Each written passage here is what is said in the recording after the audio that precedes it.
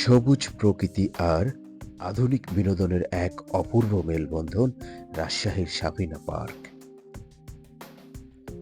রাজশাহী শহর থেকে প্রায় 40 কিলোমিটার দূরে গোদাগাড়ী উপজেলার দিঘাম খেজুরতলায় অবস্থিত এই পার্কটি এখন উত্তরবঙ্গের অন্যতম সেরা পর্যটন কেন্দ্র। 2012 সালে দুই ভাই ফজলুর রহমান এবং সাইফুল ইসলামের ব্যক্তিগত উদ্যোগে প্রায় 40 বিঘা জমির উপর এই পার্কটি যাত্রা শুরু করে।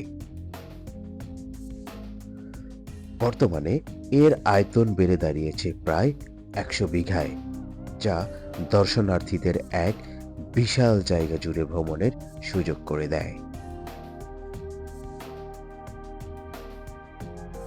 এখানে ছোটদের জন্য রয়েছে নাগরদোলা, ট্রেন, 3D ও নাইট ডে সিনেমা এবং কিডস স্পোর্ট জোন।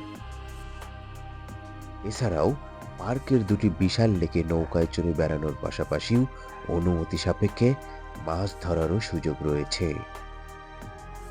পিকনিক বা পারিবারিক অনুষ্ঠানের জন্য সাফিনা পার্কে রয়েছে উন্নত মানের পিকনিক স্পট ও কনফারেন্স রুম।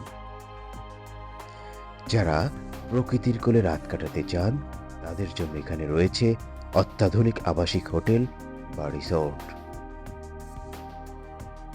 পার্কটি প্রতিদিন সকাল 8টা 30 মিনিট থেকে 6টা 30 মিনিট পর্যন্ত খোলা থাকে এবং পার্কে প্রবেশ ফি জন প্রতি 50 টাকা। গোদাগাড়ী আমনুরা রোডে যাতায়াতের সুব্যবস্থা থাকায় আপনি খুব সহজেই এখানে পৌঁছাতে পারবেন।